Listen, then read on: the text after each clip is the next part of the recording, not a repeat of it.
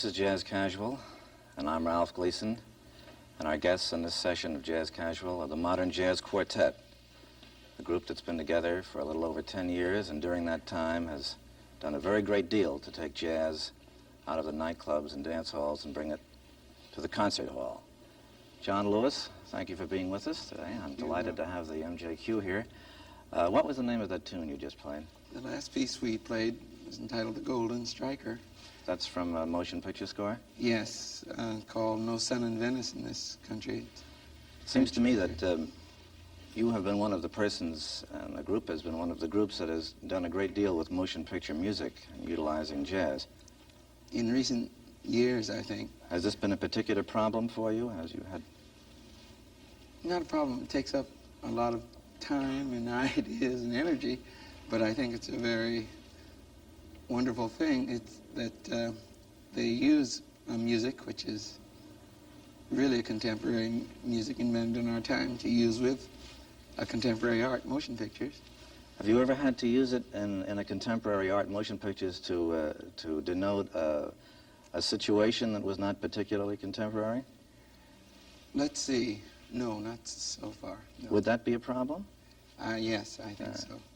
Then you think that jazz is better used in a modern sense, contemporary sense, in films exclusively, then? Almost so, unless, you know, there are perhaps older players say you could use New Orleans music, for example, and something connected with older things like that, if it was used very... How many film scores have you done now? Let's see, now 3 large ones and then a little small one for the UN called Exposure. Has the quartet appeared in all of these? No, the quartet has made the music for 2 of the large ones, No Sun in Venice and Ours Against Tomorrow. Now, when you do these, do you ordinarily have a chance to work with the actual film as it's being shot, or how do you start composing the music for them? Well, let's see. Now I've had different experiences now. The first one, for No Sun in Venice, in order to talk over the idea of doing it at all, I went to the studio in Paris where they were doing inside studio shots of this picture, and talked to the producer, Raoul Levy, and to the director, Vadim. And so that was all I saw before I had to do this music. Other than that, I had to work from a script, and a script that had time sequences. And from the script, you'd have to get some idea of what you think the image and the sound should be going together. Oh, well, now, what was the image for the Golden Striker? Well, the image for me, well, Golden Striker is special. It belongs to a group of 4 pieces. What I tried to do, there were supposed to be, they became a little weak in the process, 3 main male characters in the picture. And for one of the characters, the Golden Striker theme was to be used. I wanted to use this old-fashioned Wagner technique, leitmotif. And there were 2 other pieces, Cortege and Rose Troop.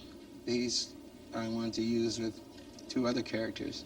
And they finally came together in a piece which is called 3 Windows. And at the same time, I wanted it to feel like Venice, although in that case, I don't really think that was necessary. It happened to feel like Venice, so a little bit.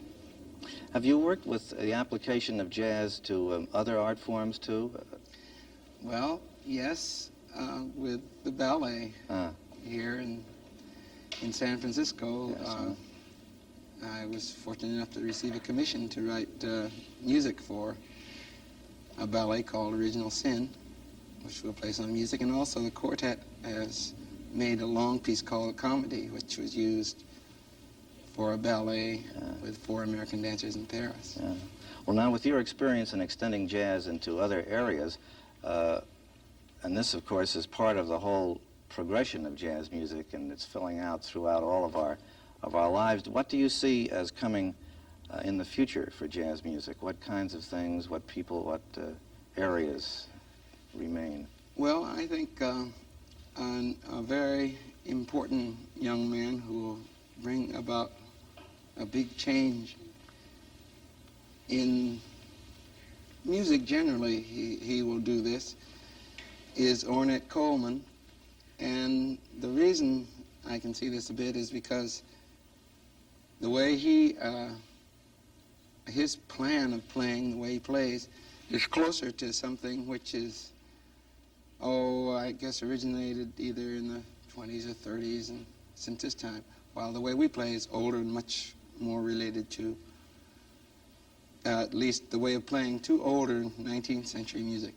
In this sense, Ornette's playing is closer related to things like James Joyce wrote or Dylan Thomas wrote, which hasn't really caught up with the mass public even yet, although those things are not new anymore. But I think that what he does and what other people can do with this, if they truly understand what he's after and doing, will be very important on many things other than just listening jazz. But I think that should be very useful for many movies. Well, good. We're going to hear something of Ornette's that Ornette has written, and you're going to play some film music and some ballet music for us now? Yes. Wonderful. Thank you very much, John. We look forward to hearing this. The Modern Jazz Quartet will now play If I Were Eve from the ballet score to Original Sin by John Lewis.